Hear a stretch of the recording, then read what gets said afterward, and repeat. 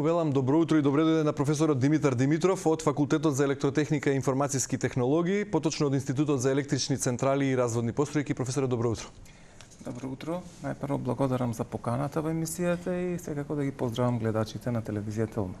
Да, што би бил првиот впечаток, односно првиот коментар на науката? Еве, овде сте во својство на професор кој одблиску ја следи проблематиката во екот на една од најтешките енергетски кризи со кои се соочила Македонија од својата независност, барем. Ако зборуваме последните 3 децении и на прагот на есента, еве, кога луѓето веќе почнуваат да размислуваат за грејната сезона и за тоа дали нивните домови можеби ќе останат во мрак. Значи, јас се сложувам со вашите констатации дека не очекува тешка зима. Значи, неизвестно е секако снабдувањето со електрична енергија, меѓутоа не е само со електрична енергија, туку и со топлинска енергија. Значи, зимата повлекува дека потреба за загревање на домовите, загревање на објектите. Како што знаеме или предпоставуваме дека ќе биде, или како што се најавува, природниот газ нема да ни биде достапен или ќе биде достапен во ограничени количини.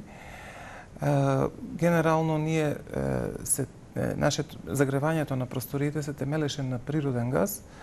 Значи, конкретно во Скопје имаме топлани, имаме тето, каде што покрај електрична енергија се произведува природен газ. Топлината се произведува топлината од таа централа, значи се користи за загревање на домовите и на објектите. Сега тие потрошувачи веројатно, ако не бидат снабдени од топлификациониот систем, ќе се префрлат на електрична енергија, што дополнително ќе го оптовари, ќе зголеми потребата за електрична енергија во системот, а плюс тето како централа значи произведува електрична енергија, значи ќе ги немаме и тие киловат часи што се од тето и плюс ќе имаме дополнителни потрошувачи кои што вообичаено би се загревале со топлина од како НУС продукт. Впрочем, од 1 септември сме во прогласена енергетска криза, заседаваше и Советот за безбедност, беа изречени некои препораки и мерки, меѓутоа сега барем за сега не се забележува некое поголемо штедење. Еве, дали вие од научен аспект професорски забележувате дека градов почна да штеди струја? Например, некои споменици обележја се уште светот. Се најавува гаснење на Ефеловата кула, например, во Париз, како мерка за штедење. На Франција, која има нуклеарно производство на струја, ќе штеди струја, ние се уште сме некако комотни во таа смисла. Дали го делите таквиот впечаток, дека недоволно штедиме и покрај прогласената кризна состојба и мерките? Па добро, значи не беше само од 1 септември, претходно се штедеше, бидејќи сметките за електрична енергија до општините стигнаа и беа високи. Прва мерка што може видливо да се забележи е гасењето на светлата, уличното осветлување, да. Значи, тоа е првата мерка со која се соочуваме. Сега, веројатно, има и други начини на штедење. Предпоставам дека со новите мерки, каде што беше најавено дека од 1 септември раководителите на институциите дека мора да се грижат да намалат потрошувачката за 15%, веќе, како што слушам, има чекори во таа насока. Сега, дали тоа ќе не биде доволно, тоа е друго прашање. Така. Ќе се навратам на претходниот одговор на прашањето, во кое спомнавте дека за да се обезбеди топлинска енергија, во ситуација кога гасот би ни билускратен, ќе се помине на зголемена потрошувачка на електрична енергија. Што вели математиката од она што досега од искуството од претходните зими сме го трошеле како количество на газ и како количество на електрична енергија? Дали во ситуација на зголемена потрошувачка на електрична енергија може да дојде и до недостиг со оглед на тоа што Македонија значително количество увезува, не произведува доволно за сопствените потреби? И дали може да се доведеме во ситуација како држава да останеме со дневни или ноќни рестрикции на струја, да останеме во мрак привремено или со студени радиатори, или пак струја ќе има доволно и ќе се обезбеди, само ќе платиме превисока цена за тоа? Што е вашата предпоставка? Значи, од една страна се најавите на ЕСМ дека тие ќе ги задоволат потребите барем на домакинствата за електрична енергија. Меѓутоа, од друга страна, ако знаеме каков е нашиот систем, значи ние се темелиме на неколку термоцентрали. Едната е Регбитола со најголем капацитет, другата е ТЕЦ Осломе и третата која сега ја пуштивме во погон е ТЕЦ Осломе, која што работи на мазот. Мислам, ја вративме во потреба после 15 години. Значи, нашите термоцентрали, нивниот работен век веќе е при крај, секако дека се вложувало во обновување на опремата и така натаму, меѓутоа тоа не се централи кои што работат 3, 4, 5 години, туку работат 30, 40 години. И во такви услови, кога имате стара опрема, можно да се очекува дека ќе настане и некој испад. Од друга страна, синџирот на набавка на ресурсите, како што е лигнитот, јагленот, мазутот и така натаму, и тој се доведува понекогаш во прашање. Например, ние јаглен немаме, тоест имаме колку што го имаме, меѓутоа треба, нели, како што се слуша и во јавноста, увезуваме јаглен од Косово, од Грција и така натаму. Значи, ако се договори за такво нешто се склучуваат, меѓутоа секогаш постои ризик дали тие ќе се спроведат. Значи, дали ќе стигне јагленот до кај нас. Од друга страна, во цената на јагленот, кога го носите од некаде, голем дел има и транспортот.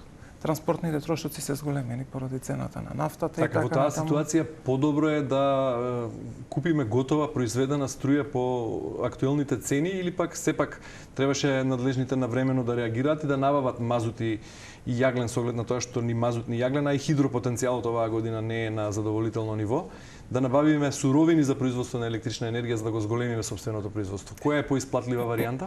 Значи, зголемувањето на цената на електричната енергија на берзите покажа дека многу е важно да имаме домашно производство, затоа што во вакви услови домашното производство на електрична енергија би помогнало колку толку да се ублажи ударот на високата цена на берзата. Значи сега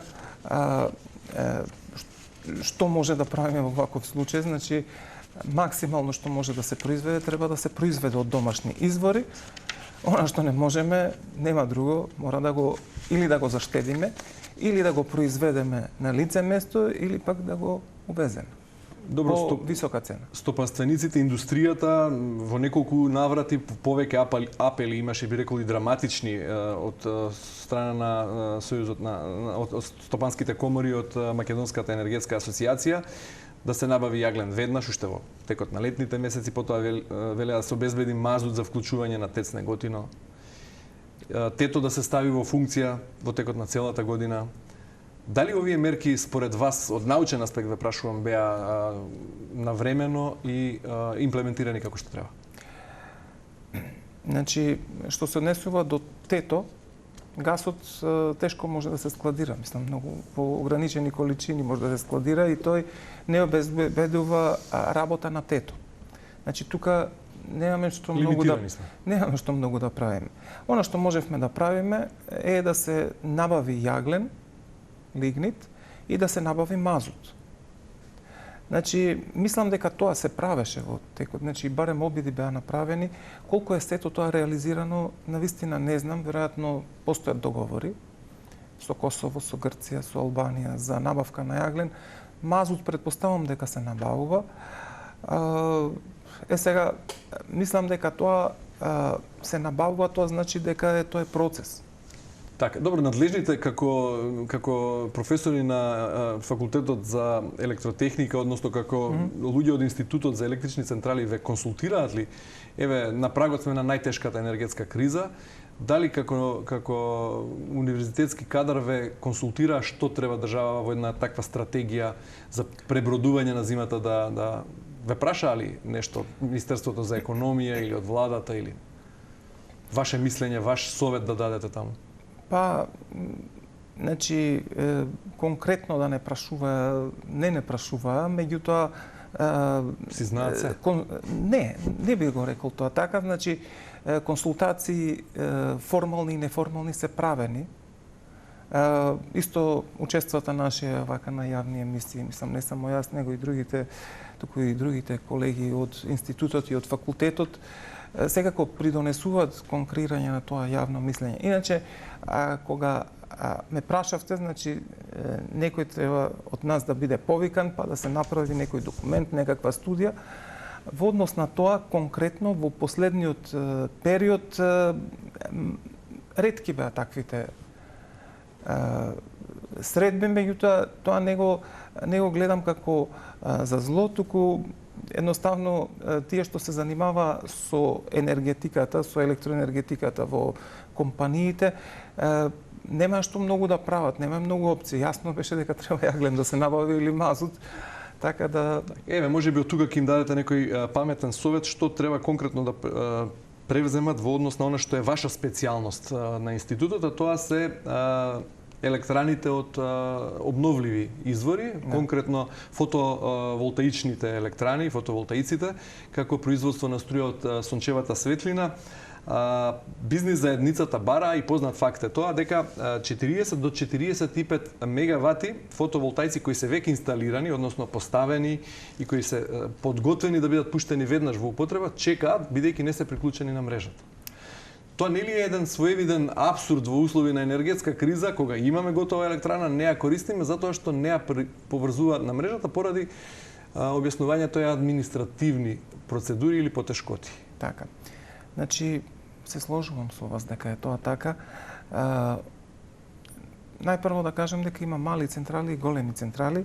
За малите централи до 40 киловати на компаниите и до 6 киловати на домакинствата е предвиден се опфатени во правилник за обновливи извори на енергија, кој што е донесен 2019, меѓутоа е направена една измена која што наводно требаше да помогне да се поттикне, да се поттикне да се овозможат некои работи што не беа тогаш овозможени да бидат направени. Тоа е од јуни ова година има измени на тој правилник. Печатокот е дека се олеснети процедурите? Печатокот е дека се олеснети од една страна, меѓутоа од друга страна, значи повторно тие што инсталираат во вакви системи наидуваат на кочници. Најпрво, значи сметете дека од јуни па сега септември 3 месеци веќе на некој начин се изгубени затоа што веднаш по донесувањето на измените се увиде дека ќе има проблеми во целата процедура и беа најавувани измени во Законот за градење, што во суштина и владата ги најави пред недела-две.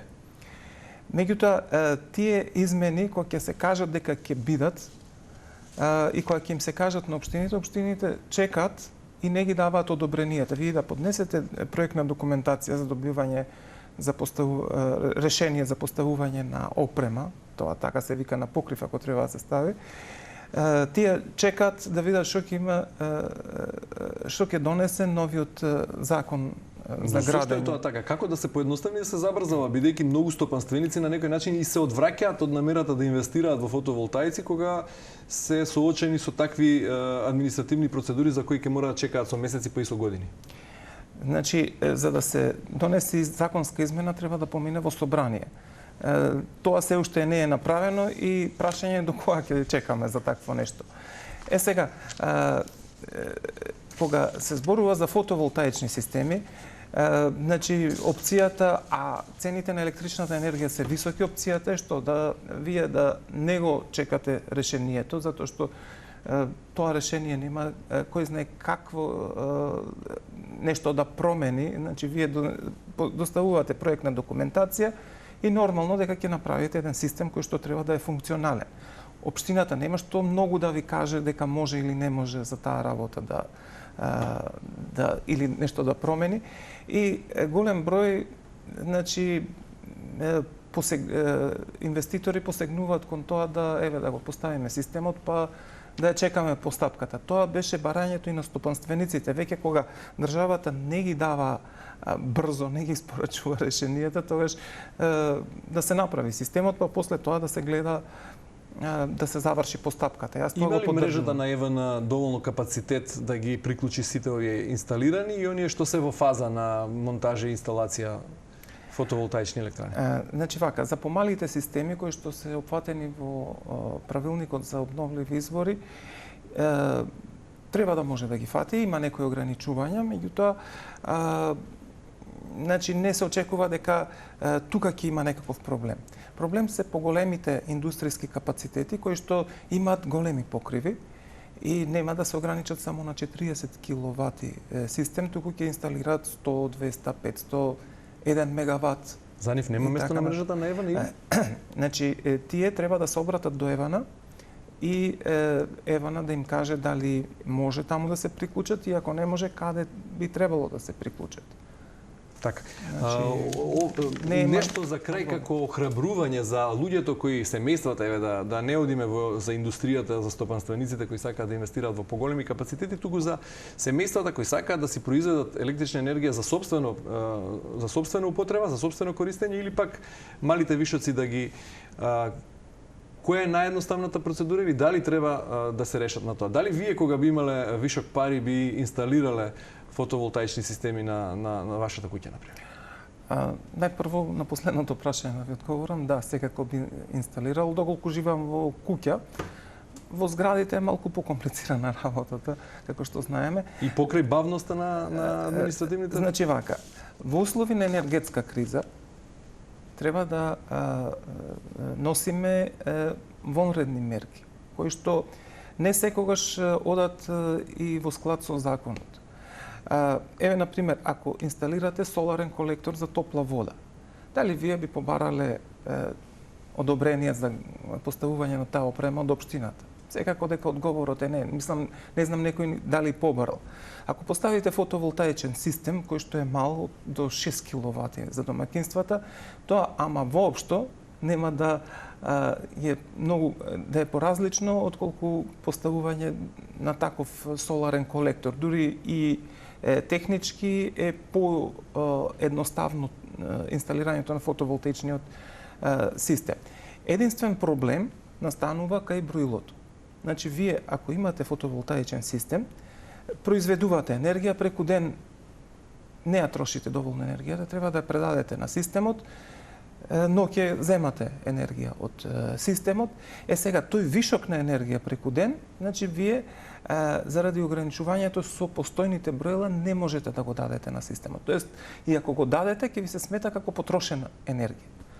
И сега се поставува прашањето дали да ја чекаме општината да ви даде одобрение. Рековме дека тоа е многу споро и доколку се решите да го прескокнете тоа, сепак треба да имате двонасочно броило.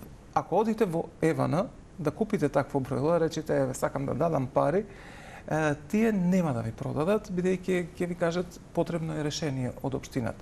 Значи во овој момент може да се инсталира систем, меѓутоа да се ограничи предавањето на енергијата кон мрежата, значи тоа се вика no експорт или zero експорт на енергија. Значи постојат такви системи кои што можат да го ограничат тоа. Значи во овој момент еве тоа може да се направи. Па ако трошите повеќе преку ден, повеќе ќе се искористите од енергијата. Ако не трошите, тоаш голем дел од енергијата нема да го произведете. Професор, ви благодарам многу за гостувањето во утринската тема и за разговорот. Благодарам и на вас.